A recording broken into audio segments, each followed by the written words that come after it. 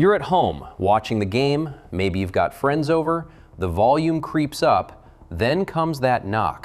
You peek the peephole and it's police. We got a noise complaint. Sounds simple, right? Here's the warning. What you do in the next 60 seconds can turn a noise complaint into a free house tour, a search, or a situation you didn't ask for. The goal tonight is not to win an argument.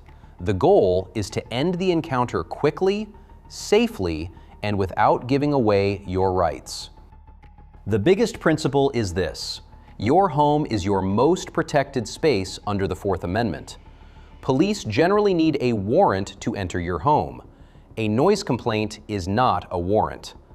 But there's one shortcut that bypasses all of that: your consent. So the mission is simple.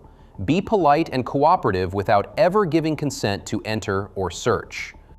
Step 1. Don't fling the door open. That's the biggest mistake people make. When the door is wide open, the legal barrier is gone. The officer can see inside, hear more, smell more, and suddenly you're arguing about what they think they saw in plain view. Even if you've done nothing wrong, a wide open door is a wide open opportunity for confusion. Instead, do one of these three options. Option A, talk through the closed door. It's not rude, it's smart. You can speak clearly, keep your hands visible through a window if you have one, and you control the boundary. Option B, use your doorbell camera or intercom. Same idea, even easier. You're communicating without opening your home. Option C, if you truly want to talk face-to-face, step outside through a side door or garage door, close it behind you, and meet them on the porch or walkway. The key is that they don't get a view into your living room like it's an open house on Zillow. Now, step 2.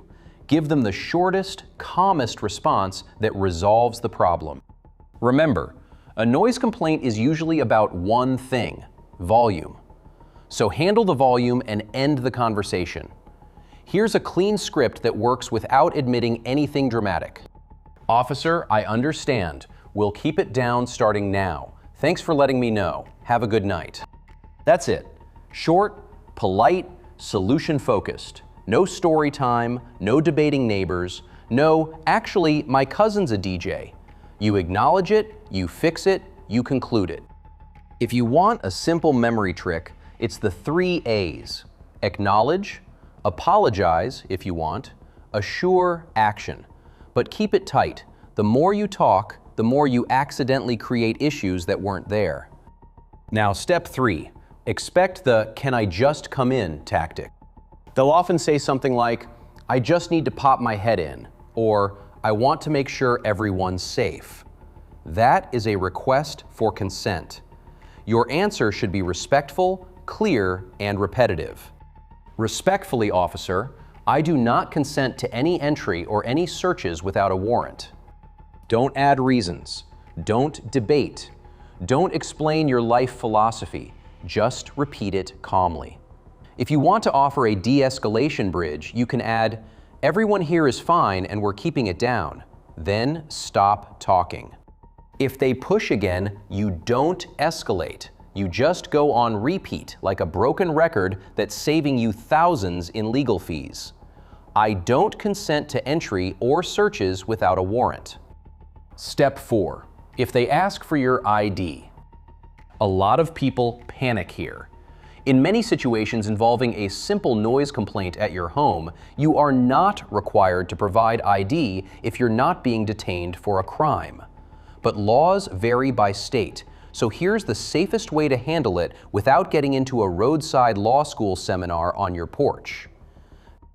Officer, am I being detained for a crime, or am I free to go back inside? If they say you're free to go, you end it. Okay, we'll keep it down. Good night. If they say you're detained, you can ask what crime they suspect, but don't argue. This is where you keep your mouth shut and let the process play out calmly. Step 5. The "we'll get a warrant" threat. This is a common pressure move to scare you into consenting. The right response is calm and simple. I understand. If you come back with a warrant signed by a judge, I will comply. Then stop. No sarcasm. No good luck with that. Just calm. If they truly have the legal basis for a warrant, they'll pursue it. If they don't, your consent is what they were hoping for. Now, 2 important reality checks so this advice stays real and not internet fantasy. First, if there are true emergency signs, screaming for help, sounds of violence, visible injury, smoke or fire, different rules can apply. Police may have authority to enter without a warrant in true emergencies. This video is about the everyday noise complaint knock, not a real crisis. Second, don't physically block, shove, or touch officers. Don't slam doors on people. Don't do anything that turns annoying knock into new charge. The power move is calm boundaries, not bravado. One more best practice: record quietly. If you have a doorbell camera, it's already recording. If not, you can record on your phone without being obnoxious about it. Keep it steady, keep it visible, keep your hands out of pockets, and keep your voice calm. That protects everyone, including you. So here's the entire strategy boiled down to 3 rules.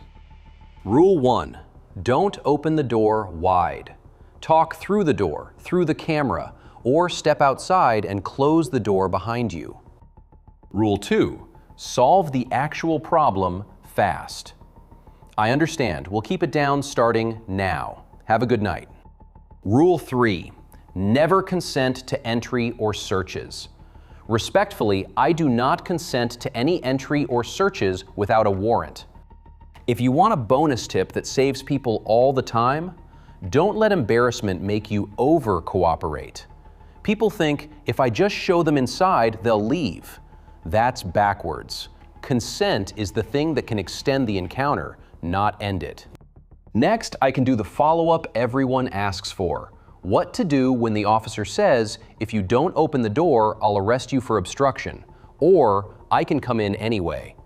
Want that as a quick checklist or a role play with exact responses? Laws vary by state, educational, not legal advice.